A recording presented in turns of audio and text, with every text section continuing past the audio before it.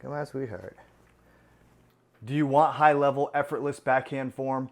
Start by following the Slingshot rules, aka the Paul McBeth rules. Let's get into it.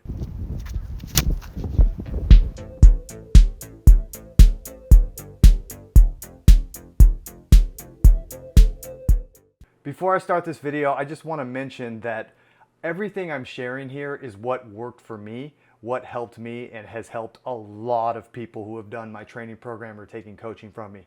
Ultimately, I do not have pro form because I'm not a professional disc golfer. You can literally kick a disc off the tee. If you're a pro, you have pro form. Doesn't matter how you do it. Although I'm not a pro, anybody who has seen me throw live describes it as completely effortless. I did put 250 feet on my own form, and I did it by following these rules, totally based on Paul McBeth.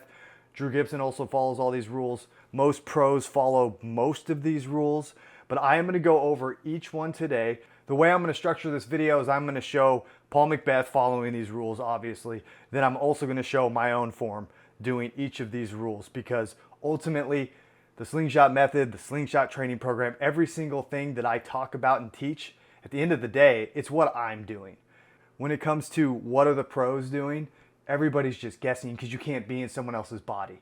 So these are the rules that helped me get to where I'm at, and hopefully they can help you get to that level that you want to be at. Let's go.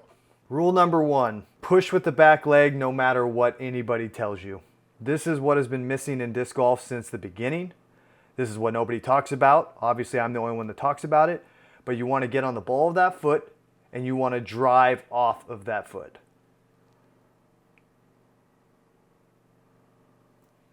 Crinkling of the toes, driving off. This is a side angle. I'm on the balls of my feet, but if you look close, I push off right there. I drive. The crinkling of the toes right there. I am driving against the ground. I am pushing against the force of the ground, driving. Paul McBeth did not get a hold of me and tell me these rules, so they're the Slingshot rules. I made them up. He has nothing to do with this. He does push off the back leg though. He knows it. If he doesn't know he pushes off the back leg, it's because he doesn't know. He doesn't know because he knows.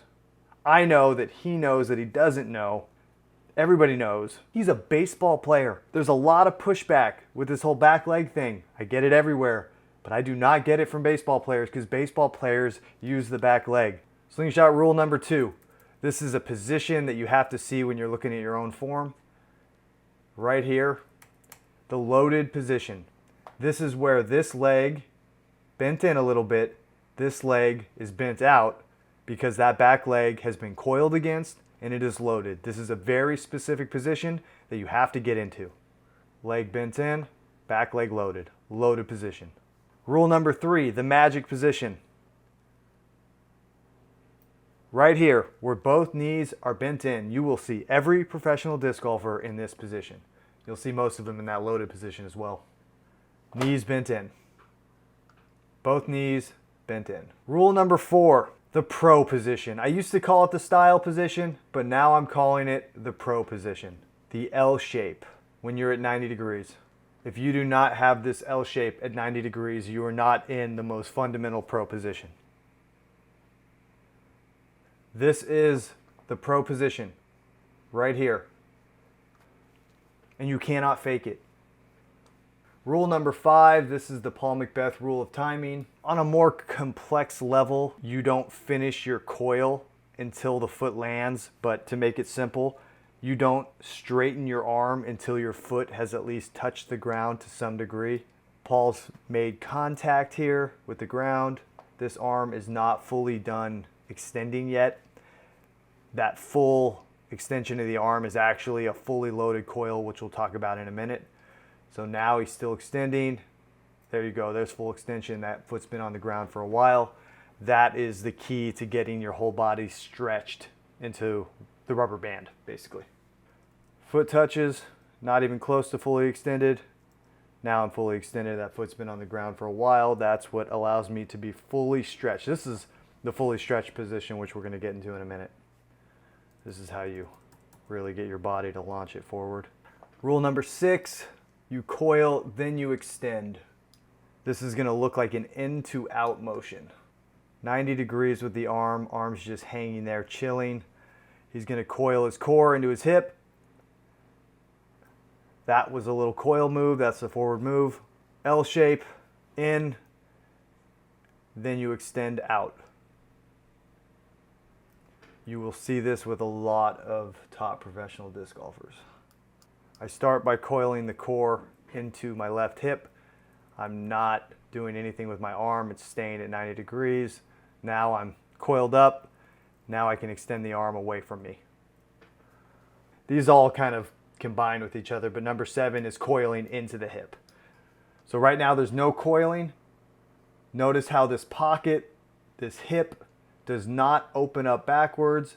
He doesn't extend his arm. The shoulders don't turn a whole lot. He's coiling this part of the torso, the core first, into that hip, which loads the leg right there. That's the movement right there. Way more of a feel thing. It's hard to see. Coiling into the hip.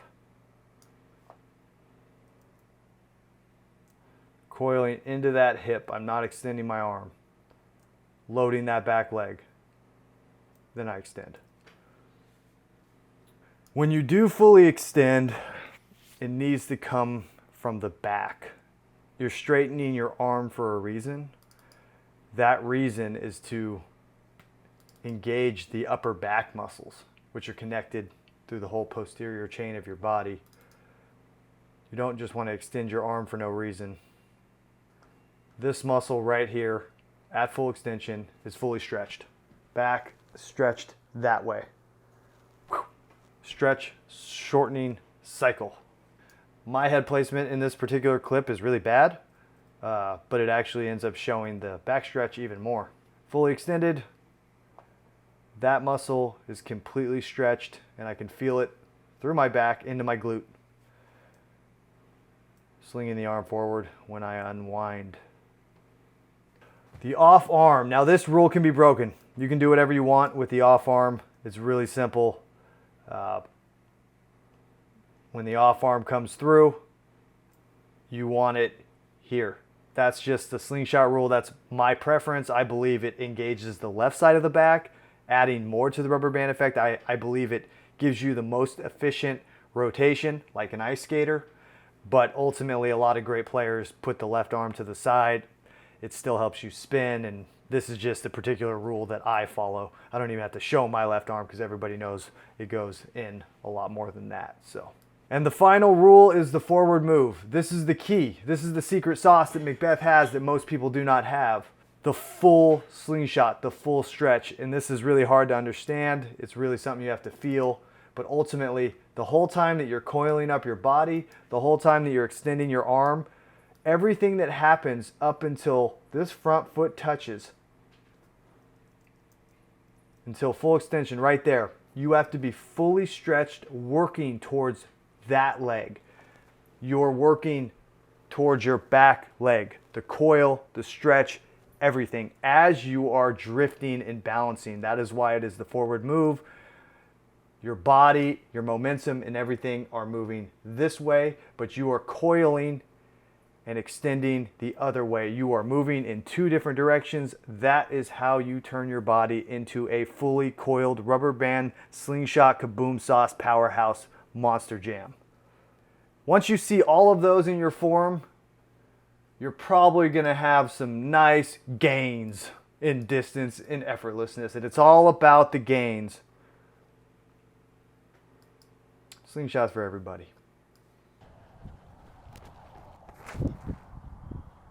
Uh-oh. Flex. Jeez. Oh, wow. Did it go over? Yeah. Let's go.